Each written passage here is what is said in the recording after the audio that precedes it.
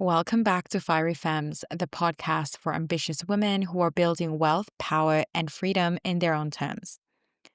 Have you ever felt as though you're waiting for someone to hand you a permission slip before you can pivot?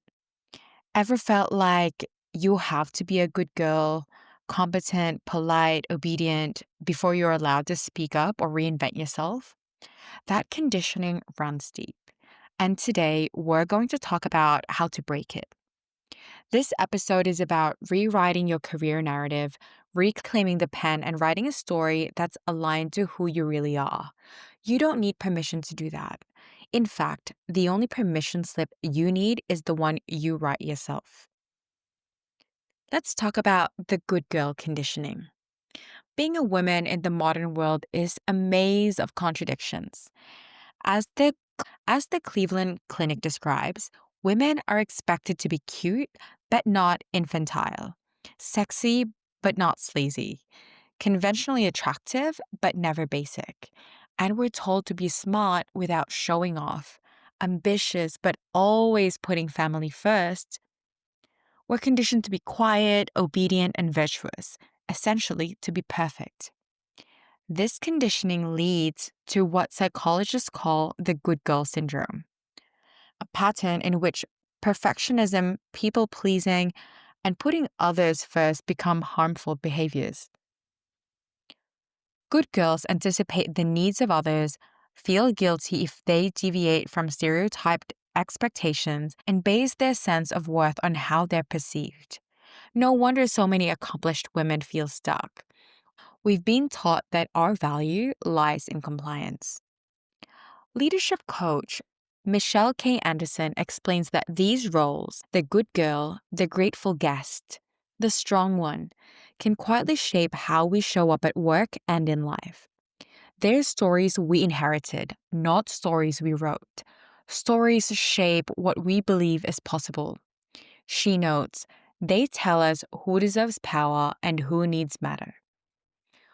When we internalize those scripts, we see ourselves through someone else's lens. It's time to rewrite them. Understanding self-authorship. Rewriting your narrative requires a shift from external validation to self-authorship. Self-authorship isn't about bravado. It's a cognitive process. Scholar Marcia Baxter Magolda defines it as the ability to collect, interpret, and analyze information, reflect on one's own beliefs in order to form judgments. In other words, it's the skill of making meaning for yourself rather than outsourcing your decisions to family, culture, or the market. Researchers point out that self-authorship influences how women interpret advice, whether they ground their decisions in an internally anchored sense of self.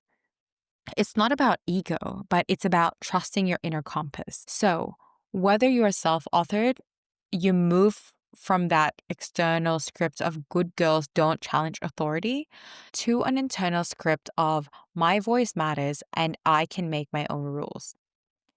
This shift is political as much as personal. Changing your mindset is a political and cultural act because it challenges the social scripts that limit women.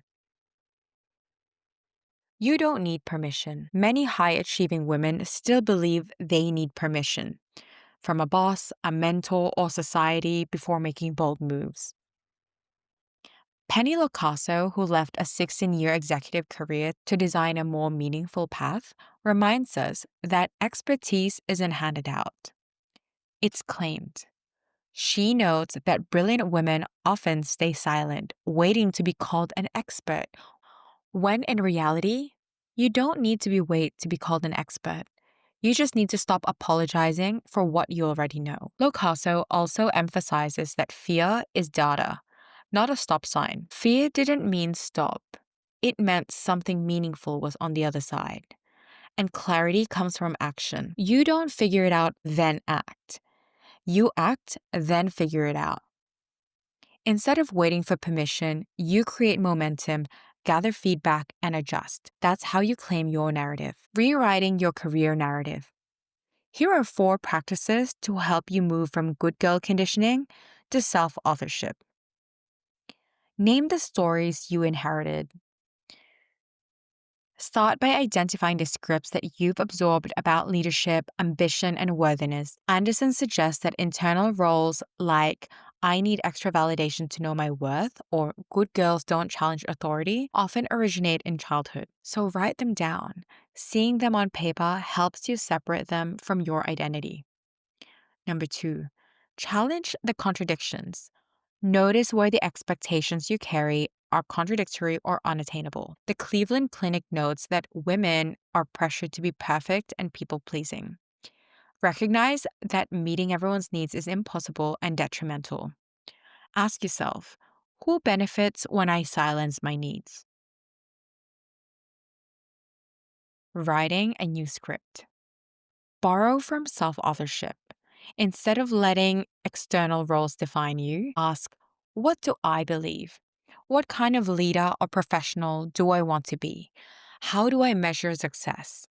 Compose a paragraph that reflects your new narrative, one that centers your values, voice, and boundaries. Last but not the least, claim your expertise publicly. Locasa's point about expertise being claimed means sharing your ideas before you feel 100% ready, pitch a project, post your perspective, volunteer to speak. Visibility isn't vanity, it's leverage. Each small act of representation, delete. Each small act of self-representation reinforces your new story. For next week, repeat this mantra. I don't need permission to rewrite my story. I am the author. Ask yourself, where am I still waiting to be picked? What's one small, imperfect action can I take today to move in that direction of my own narrative? Take that action. It might be as simple as rewriting your LinkedIn headline to reflect your next chapter or saying no to a role that keeps you in the good girl box. If this episode sparked something, share it with another woman who's ready to reclaim her narrative. And remember, the cultural scripts that once kept us small are not truths. They're stories that can be rewritten. You don't need permission to pivot, lead, or be seen. You hold the pen. Now go write your next chapter.